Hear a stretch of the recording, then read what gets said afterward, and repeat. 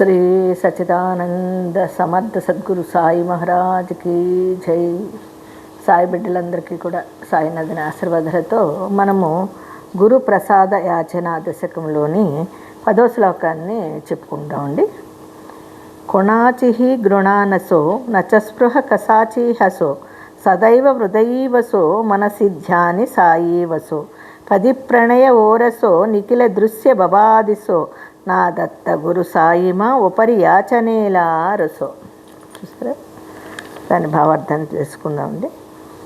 ఎవరి యందు ద్వేషముండక, దేని యందు కోరిక ఉండక, ఎల్లప్పుడూ సాయిబాబా హృదయమందు ధ్యానము చేయబడుగాక.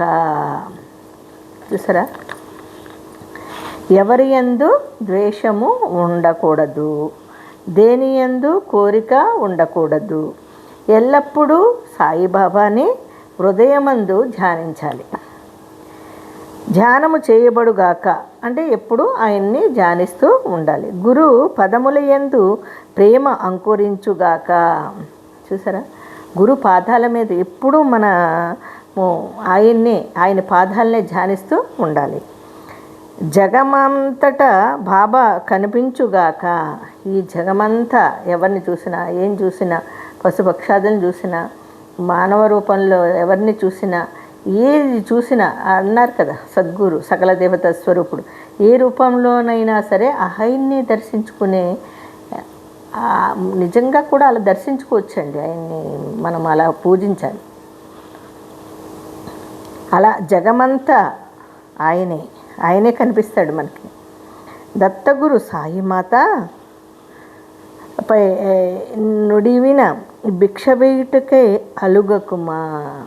బాబా చూడండి, దత్తావతారంలోని శ్రీపాద శ్రీవల్లభులు నృసింహ సరస్వతి ఉన్నారు కదా.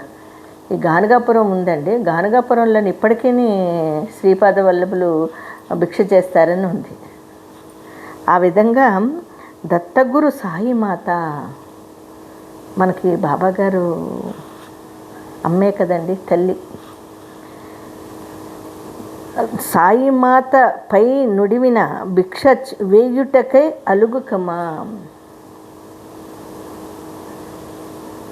చూసారా, ప్రతి దాంట్లోని కూడా మనము బాబాని ఏ విధంగా ప్రార్థన చేసుకోవాలో అనేది ఈ రుసో మమ్మ అనే ప్రార్థన.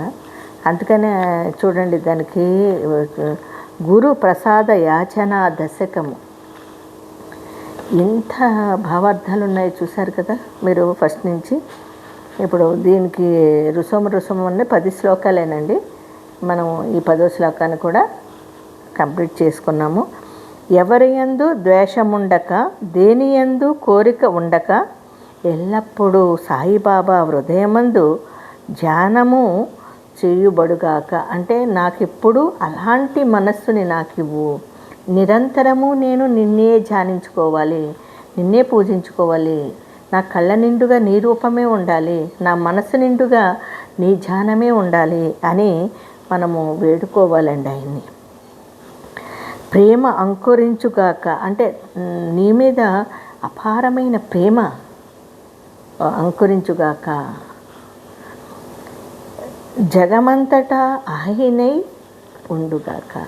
ఏది చూసినా ఆయనే కనిపించేలాగా అయిపోతామండి. నిజంగా కూడా అలా అయిపోతుంది ఆ మనసు.